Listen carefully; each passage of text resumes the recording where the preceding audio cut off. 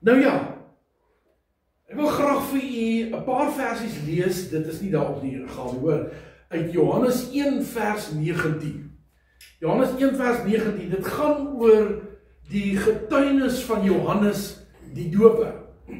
Johannes 1 vers 19 sê, en dit is die getuienis van Johannes, toe die Jode uit Jerusalem priesters en leviete gestuur het om hom te vra, wie is u? En hy het erken en nie ontken nie, maar het erken, ek is nie die Christus nie. Toe vra hulle hom dan, wat dan? Is Elia? En hy sê, ek is nie. Is u die profeet? En hy antwoord nee. Toe sê hulle vir hom, wie is u dan? Dat ons 'n antwoord kan gee aan die wat ons gestuur het. Wat sê u van uself? En hy antwoord, ek is die stem van een wat roep in die woestyn, maak die pad van die Here reguit, soos Jesaja die profeet gesê het. Vers 22 sê die volgende, toe sê hulle vir hom, wie is u dan? Nou, u sal onthou, so 2-3 weke terug, was die G20 beraad in Johannesburg. In aarde. Alles het stil gestaan. En net Johannesburg het geleef. En alles het om Johannesburg gedaan. Al Johannesburg se slaggate is reggemaak. En al Johannesburg se robots is reggemaak. En al die plekke is skoon gemaak en mooi gemaak. En Johannesburg het skielike facelift gekry. Oor die G20. Want sien, dit het gegaan oor al die staatsleiers.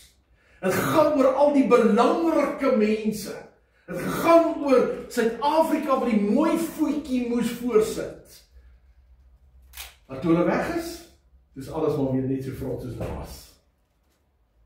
Toe word alles maar weer net so vuil soos wat dit was. En begin al die gate maar weer na vore kom. Want sien, dis hoe ons mense is. Ons mense is altyd besig om ons beste voetjie voor te sit, as daar belangrike mense kom. Voordat wat sal gebeur as ons vanmôre moet hoor, ek wil nou nie politiek praat, wie kan ek nou gebruik as 'n voorbeeld? As ons vanmôre hoor Donald Trump met die instap, wat sal ons doen? Ek weet nie die vrouens gaan doen, dan gaan gou toilet toe hardloop, en kyk of hulle hare reg is. Of hulle klere gestryk is, dit van die vrouens sal doen. Ek weet nie wat die mans gaan doen. Die gate regmaak. Maar dis hoe ons as mense is. Wanneer iemand belangriks ons besoek, dan is ons altyd vinnig om seker te maak alles is reg. As ek vir Marie moet sê, julle klomp kom vanmiddag daar eet, dan spring sy nou in die kar op en maak huis skoon. Dis hoe ons is. Maar toe Jesus, die koning van die konings, aarde toe kom, wat gebeur? Selfs die skrifgeleerdes en die fariseërs wat in die skrif geweet het, hy kom. En toe dit gebeur en die wyse manne vir hulle kom vra, waar is hierdie kind gebore? Toe weet hulle nie. En toe stuur hulle die wyse manne om te gaan bespied en vir hulle te kom sê, maar my verkeerde rede is, om hom dood te maak. Hy is aan. Ja, is aan. Moet ek so? Kom hy nie, ek het nie daaraan gedink nie. Baie dankie. Toe wil hom doodmaak. Die grootste, die wonderlikste, die spesiaalste persoon wat jou en my ooit kan besoek, word afgeskeep. En ons het nou die afgelope 2 weke eers met die gesels oor, wat was Maria se reaksie op die boodskap van Jesus? En toe nou verlede week het ek nie daaroor gepreek nie, maar ek het vir julle dit net gelees, wat was die herders reaksie op die koms van Jesus? Die hartseer is, dat die Bybel nie een keer vir ons, behalwe wat die fariseërs en die sadduseërs betref, vir ons eintlik sê hoe die belangrike mense reageer. Maar die Bybel is vol daarvan, hoe mense wat eintlik nobodies was, eintlik niks beteken het vir die samelewing nie, eintlik 'n nul op 'n kontrak was, hoe hulle reageer het. En ek wil vanmôre 'n bietjie met u praat oor die nobodies van die Kersverhaal. Die mense wat eintlik nooit raak gesien was, of eintlik nooit iets sou beteken het, as dit nie was vir die verhaal van Jesus. En die eerste een wat ons, waarna ek wil verwys, is juis Maria. Maria, wat 'n gewone tiener meisie was. Sy was 'n Joodse meisie. En as 'n Joodse meisie, was sy eintlik oor die hoof gesien, want die Joodse kultuur het nie eintlik 'n mens, 'n vrouens geag nie. En nog minder as jy 'n tienermeisie was. Nog minder as jy nie verloof was nie. Maria was eintlik maar 'n vuil gesig meisietjie op die straat, as ek dit so kan. Maar God stuur sy engel na haar toe. En God gebruik haar om kan ek dit maar noem, die voertuig te word, waarmee Jesus in hierdie wêreld inkom. 'n nobody meisietjie, wat niemand geken het. En terwyl sy die boodskap hoor van sy gaan swanger word, en sy is nog nie eens verloof nie, moes sy aan mekaar gekrimp het van vrees, want dit was totaal verbode. Sy kon gestenig word. Nobody. Geen waarde nie. Maar God sien haar raak. En hy laat die Heilige Gees oor haar kom. En sy word die middel waardeur jou en my verlosser in hierdie wêreld gebore word. Nou ons, dis ongelukkig, kan ons maar die lig afsit. Ons gaan julle niks sien. As julle kyk na hierdie prentjie, dit is hoe Maria voorgestel word, met 'n heile om haar kop, met 'n lig om haar kop. Die wêreld ken Rooms-Katolieke prentjies van 'n heilige moeder. Maar dis nie wat sy was. Sy was 'n nobody. 'n eenvoudige tiener meisietjie, maar God het haar raak gesien. En vanmôre beteken sussie, is daar in hierdie wêreld baie mense wat bekend staan as hierdie heiliges met die heiloes om hulle koppe. Hierdie wonderlike mense, as hulle by die land, by die stad ingestap kom, of by die huis ingestap kom, of by 'n saal ingestap kom, dan vlieg almal op. Met respek vir hierdie heilige. Maar in God se oë is jy 'n nobody, as jy nie op die plek gekom het waar jy Jesus ontmoet het. Dis God se genade wat jou en my gemaak het wat ons is. Nie die heilige liggie om jou kop nie. Nie die mooi agtergrond, die wonderlike universiteit wat jy bygewoon het. Ek is 'n alumni van hierdie en daai universiteit. Ek is so wonderlik. Nee. God stel nie belang in jou status nie. God stel belang in jou gewilligheid. Hy stel belang in jou hart. Hy stel belang in jou oorgawe. Hy stel in jou belang in jou gehoorsaamheid.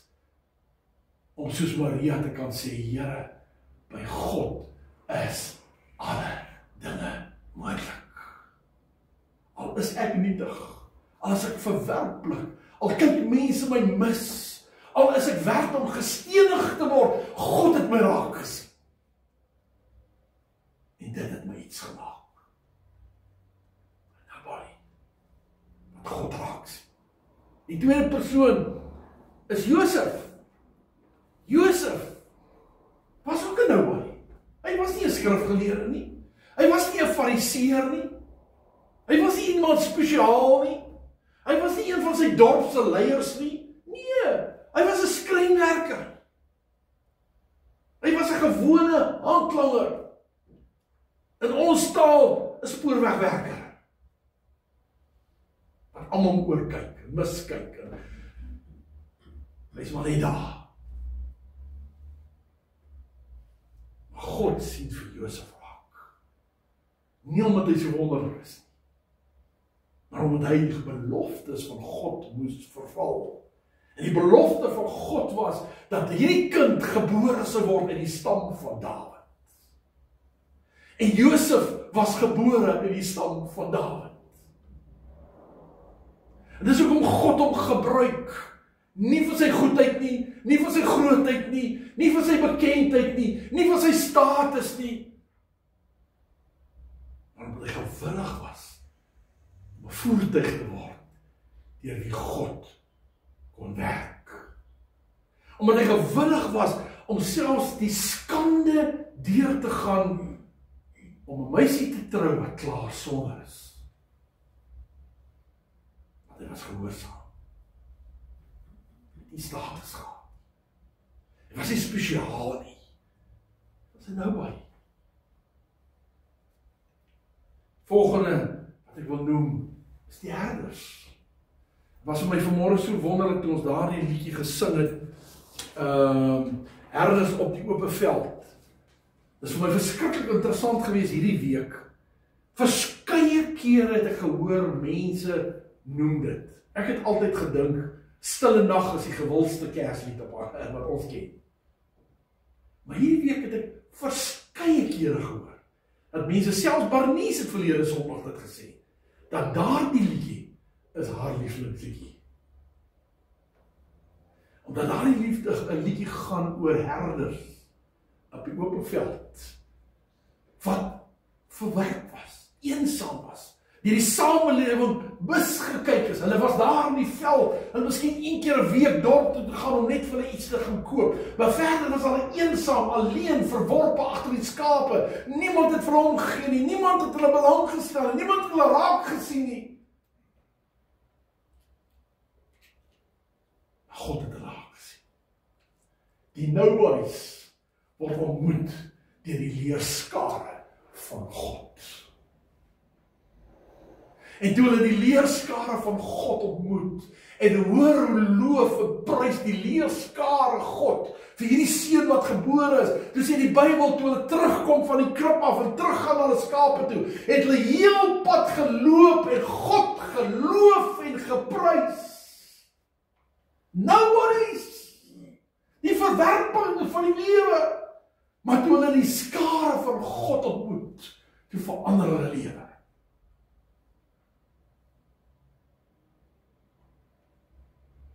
Het gaan nie oor die staatsleiers wat vir ons kom besoek nie. Die vraag is ons bewus van die koning van die konings wat jou en my wil kom besoek, daar waar ons alleen in die veld sit. Daar waar ons stikkend alleen is en voel, niemand gee vir ons om nie. Ek voel ek is 'n nobody, hoeveel keer het ek selfs uit Barry se mond uit gehoor, pastoor, is dit die moeite werd om te lewe. Hoeveel mense sit vandag in 'n hoekie op 'n bedjie in 'n gat onder 'n brug sonder kos en klere en hulle voel is nie die moeite werd om te lewe nie, maar as 'n koning wat gekom het wat vir hulle kom sterwe het, wat bereid is om hulle raak te sien. Jy en ek sit vanmôre hier omdat God jou en my raak gesien het. Toe ons soos daar Paulus sê, nog sondaars was, nobodies was, verlore was, geen toekomsverwagting gehad nie. Die nobodies van die Kersverhaal.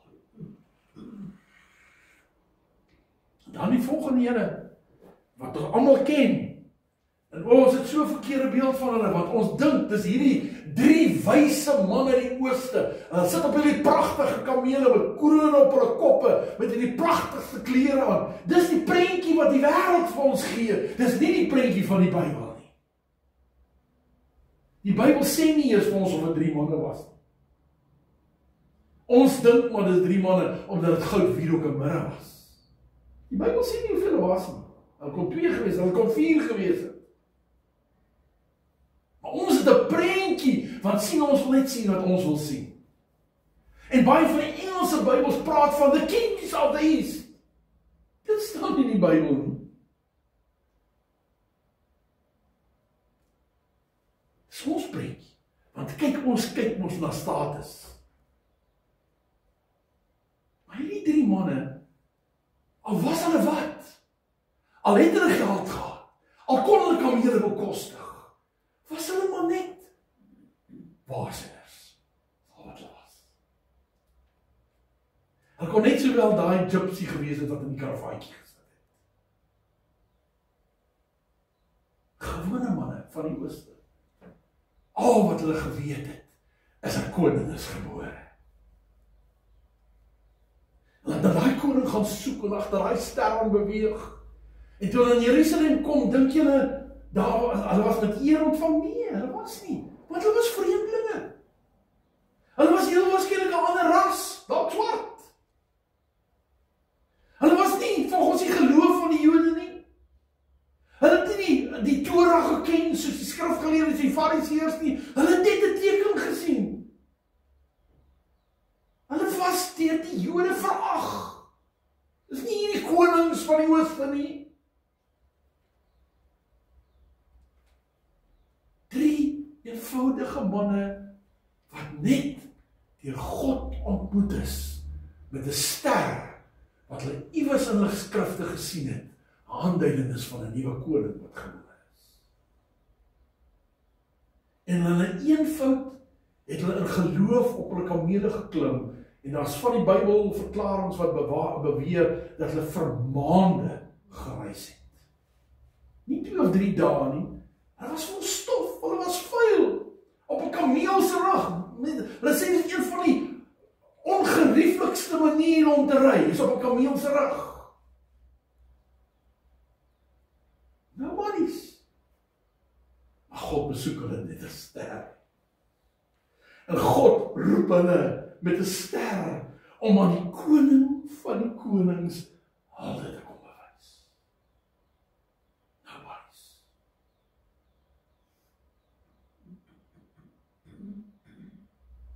Want God sien jou raak. Selfs al is hy van 'n ander ras, selfs al is hy van 'n ander godsdiens. Dit is een van die dinge wat ek nou nog nie verstaan nie, sal ek nooit verstaan nie, maar ek prys God daarvoor, dat daar mense in die Rooms-Katolieke kerk kan wees, wat Jesus waarlik ken. Dat daar Rooms-Katolieke mense, vrouens is, in kloosters, wat gevul is met die Heilige Gees. Ons kyk op hulle neer, ons sê, Rooms-Katoliek, hulle het dit gedoen, en daai gedoen, hulle het Kersfees gebring, en ons veroordeel hulle, maar God kyk anders na hulle as ons. Vir God gaan dit nie oor denominasies. Het gaan nie oor status nie. Het gaan nie oor jou godsdienstige gewoontetjies nie. En hoe gereeld jy kerk toe gaan of nie kerk toe gaan nie. Die goed is nie vir God belangrik nie. God kyk na jou hart. Hy kyk na jou ingesteldheid. Al is jy 'n appel, kan hy jou roep met 'n ster. Kan hy jou lei met 'n ster, kan hy 'n engel stuur om in die nag jou te waarsku en te sê, moenie hierdie pad langs gaan nie, want hulle gaan hierdie kind kom dood, maar gaan daai pad om. Nou boys. God ontmoet hulle.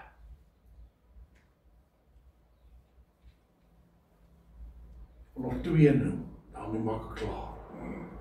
Volgende een is Elisabeth en Sagaria. Elisabeth en Sagaria was 2 ou mense wat kinderloos was. Nou in die Joodse tyd vir 'n vrou om kinderloos te wees was 'n skande.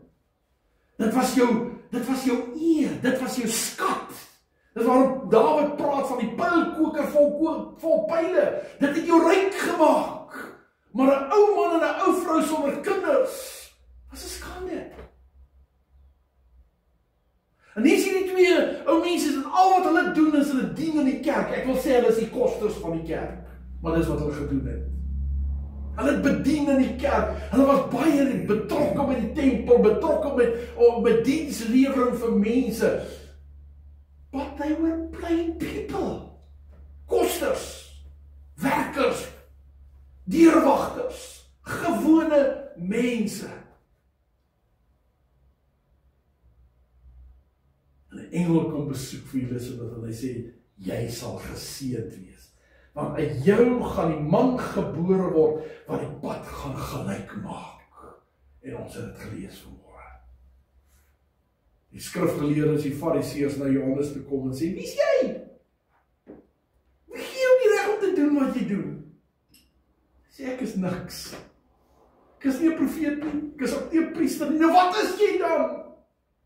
Al wat ek is die man wat die pad gelyk maak vir die een wat na my kom. Sprinkane geëet, velle gedra, in die veld gebly. And nobody. Maar die Bybel sê hy was die grootste profeet van die Ou Testament. God stel nie belang in hierdie fancy mense nie. En asseblief, ek wil nie daardie sê jy mag nie ryk wees. Jy mag nie iets hê in die lewe nie. Nee, dis God se guns op jou lewe. Ek breek dit nie af nie. Al wat ek wil sê, dit gaan nie oor wie jy is in hierdie wêreld nie. Dit gaan oor wat jy is in God se oë. Jy mag dalk vanmôre voel jy sit nou op 'n kontrak. Jy mag dalk vanmôre voel God het jou nie raak gesien. Jy mag dalk vanmôre voel, maar Here, hoekom seën U daai een so en ek kry so swaar? Jy mag dalk vanmôre voel, jou familie of jou vriende het jou afgeskryf, jy's alleen. Gaan net bietjie saam met my Sondagmiddag daar na die huis toe. Dan gaan kyk na daai ou mensies wat net afgeskryf is. Met sy kinders hulle daar op aflaai het in 'n kamertjie en daai kinders daar nooit weer gesien nie. Of so once in a blue moon kry hulle oproepie van die kinders. Hoe gaan dit mamma? Hoe gaan dit pappa? Lekker goed, dankie baie.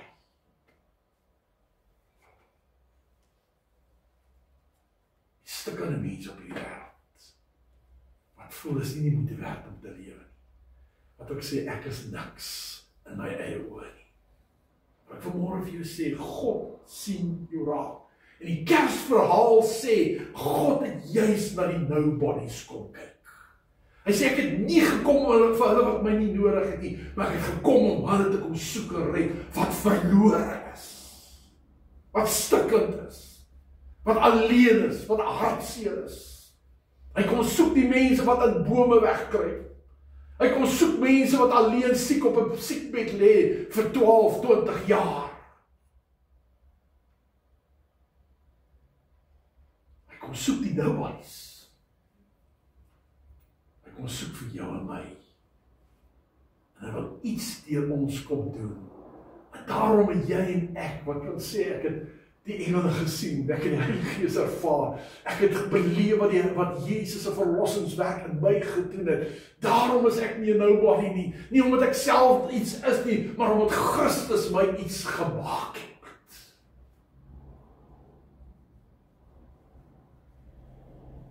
Daarom is die Bybel vol daarvan. Verneder jouself, hy sal jou verhoog. God soek die sagmoediges want aan hulle behoort die koninkryk van die hemele. God soek die nobodies. Wat soos Johannes kan sê, ek is maar net die een wat die pad gelyk maak. Ek is maar net die getuie. Ek is maar net die een wat sing van Jesus se liefde. Ek is maar net die een wat deur God ontmoet is, daar op die veld toe kan leer was. Ek is maar net daar die ou tiener meisiekie wat in die straat geloop het en die engel het my ontmoet. Ek is maar net ou Josef wat eintlik niks in die lewe is nie, maar net 'n skrynwerker. Maar God het my raak gesien. Ek is maar net 'n mannetjie daar iewers in die ooste van 'n ander volk, 'n ander taal, 'n ander ras, 'n ander geloof, 'n ander agtergrond. Ek het nie grand groot geword nie. Ek het nie wonderlike ouers gehad nie, maar God het my raak gesien. Ek is kinderloos En ek kan nie verstaan hoekom God nie vir my 'n kind gee nie. Here, hoekom het ek nooit die voorreg gehad om iets in die kerk te beteken nie? Hoekom het ek nooit die voorreg gehad om iets vir die koninkryk van God te beteken nie? Ek is maar net Elisabeth en Zachariah. God sien jou raak. Maar as jy nou maar ek wil afsluit met die laaste ene. Anna en Simeon. Dis vir my die wonderlikste van almal. Anna en Simeon.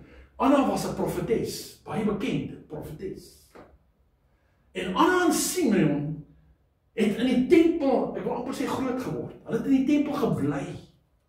Hulle het elke dag van hulle lewe het tempeldiens gedoen. Hulle was deel van die rituele. Hulle was deel van die tradisies. God kyk nie na tradisies nie. God kyk nie na jou denominasie nie. Hy kyk nie na jou kerk nie. Hy kyk nie wat jy in die kerk alles doen nie. Hy kom na jou toe soos wat hy na Anna en Simeon toe gekom het. En hy maak sy geheime aan jou bekend. Wat niemand anders geweet het nie. Gaan lees wat die Bybel sê oor Simeon en Anna. Hulle het vir jare met hierdie belofte dat hulle die seun, die geseënde van God in hulle arms gaan hou, het hulle vir jare saam met hulle gedra. Vir jare het hulle bly glo. Vir jare het hulle vasgehou en gesê, Here, u beloftes is die waarheid en u sê u beloftes sal waar word. En hulle het oud geword en al ouer geword en ek stel myself in 'n ander spesifieke posisie. 'n Profetes wat vir mense God se woord kon gee, maar God se woord hulle in haar eie lewe stel uit, stel uit, stel uit, stel uit, en sy word ouer en sê, Here, wanneer gaan u beloftes waar word? Wat moet ek nog doen, Here? Het ek iets verkeerd gedoen? Het ek iets gemis? Here, ek was dan so getrou. Ek was altyd op my pos. Ek het altyd gedoen wat van my verwag word. Here, hoekom word u woord nie waar in my lewe nie? Tot daai dag. Tot daai dag. Wat Josef en Maria in die tempel instap. Die Bybel sê, toe Simeon Jesus sien, het hy opgespring van blydskap en vreugde. Al die jare se glo, al die jare se vertrou, al die jare se getrouheid, word op daai oomblik verval.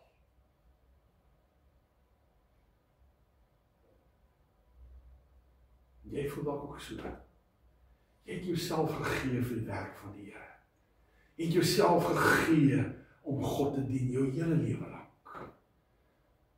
Maar dit later vir jou gevoel is maar net ritueel. Later vir jou gevoel maar, wat's die use?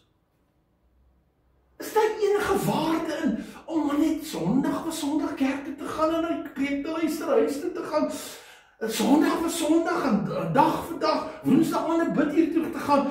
Dis jou lewe. Maar Here, hier kom 'n snytertjie in wat vuil is en vol sonde is en 'n dwaalverslaafd is en 'n oomblik red jy hom, Here, binne 3 maande staan hy op die kansel en preek. Here, ek verstaan nie goed nie. Hoekom is ek hierdie pad geloop het en dan kom hierdie snytertjie en die verander sy lewe net so. Het jy al so gevoel? Ek het al so gevoel.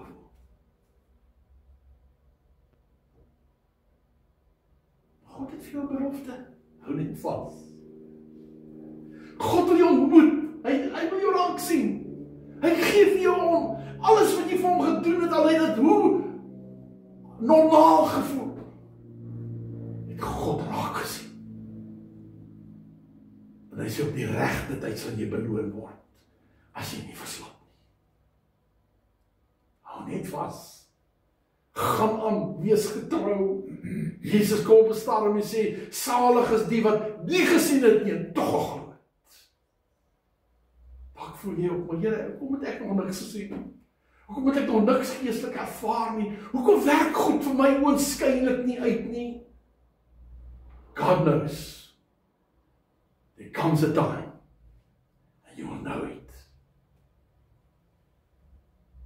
Want God kyk na die nobodies.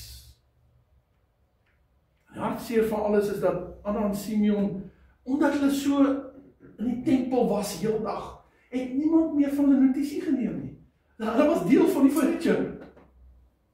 Hulle was maar net daar.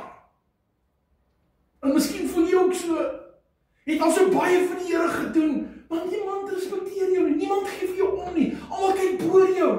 Hulle gaan maar net aan met hulle lewe asof niks verkeerd is nie. En jy raak moedeloos. Die Kersverhaal sê, God gebruik die nobodies. En jy is vir hom kosbaar. Jy is vir hom wonderbaar. Hou net vas. Hierdie Kerstyd raak soos 'n herder wat in die veld instorm en God begin loof en prys. Raak soos 'n Maria wat 'n loflied sing tot eer van die Here, terwyl sy sê, Here, U stel alles in staat.